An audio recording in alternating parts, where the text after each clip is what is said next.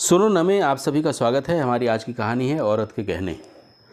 एक बार की बात है, बादशाह अकबर का दरबार लगा हुआ था। तभी भरे हुए दरबार में औरत रोती हुई अपने साथ एक आदमी को लेकर आई और बादशाह से बोली, आलम पनाह, इस आदमी ने मेरे सारे गहने छीन लिए। जब बादशाह ने उस आदमी से उसकी वजह पूछी तो वो आदमी हाथ जोड़ के बोला, जहाँ पनाह, मैं परदेसी आदमी दिल्ली शहर देखने आया था। रास्ते में ये औरत मुझे मिली और आपके दर्शन कराने का वादा करके मुझे यहाँ ले आई है। आपको देखने की लालसा से मैं इसके पीछे पीछे चला आया। मैं बिल्कुल सच कहता हूँ, मैंने इसके कोई गहने वगैरह नहीं छीने हैं। ये सुन के वो औरत बोली, हुजूर, ये आदमी बिल्कुल झूठ बोल रहा है। मेरे सारे गहने छीन के अब पाक साफ बन रहा है। बादशाह अकबर दोनों की बातों से कोई नतीजा नहीं निकाल पाए कि असल में गुनाहगार है कौन। दूसरे दरबारी भी इनकी बातों से किसी नतीजे पर नहीं पहुंच पाए। आखिर में बादशाह ने बीरबल को इस फैसले का जिम्मा दिया। बीरबल पहले ही दोनों की बातें सुन चुके थे। उन्होंने उस औरत से पूछा कि तुम्हारे जेवरात कितने रुपए के रहे होंगे। औरत ने जवाब दिया, करीब 500 रुपए के। उस जमाने में 500 रुपए की कीमत बहुत ज़्यादा हुआ करती थी। बीरबल ने उस औरत की शक्ल देखी। उन्होंने समझ लिया कि वो इतने रुपयों के जेवरात भला कहाँ से लाएगी। सचमुच ही ये बेगुनाह परदेसी को लूटना चाहती है।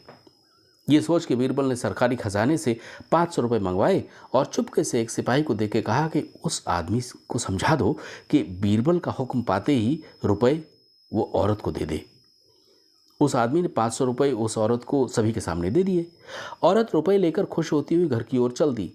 जब वो औरत चली गई तब बीरबल ने उस आदमी से कहा, जाओ उस औरत से रुपए छीन लाओ, रुपए लेके ही लौटना। आदमी हुक्म पाते ही उस औरत के पीछे रुपए छीनने चल दिया। बीरबल ने अपने 2 गुप्तचरों को उस घटना को देखकर सही सही खबर लाने के लिए पहले ही भेज दिया था।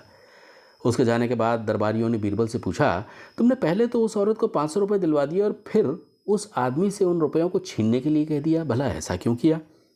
थोड़ी देर सब्र करो, फिर देखना, बीरबल ने जवाब दिया।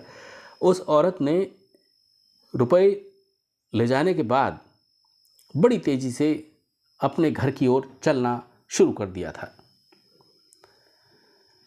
और पीछे पीछे वो आदमी उस औरत से रुपए छीनने के लिए भी उसी गति से आगे बढ़ा और उसने रुपए छीनने की उससे बहुत कोशिश की, लेकिन वो अड़ गई और किसी भी तरह से रुपया उसने छोड़ा नहीं।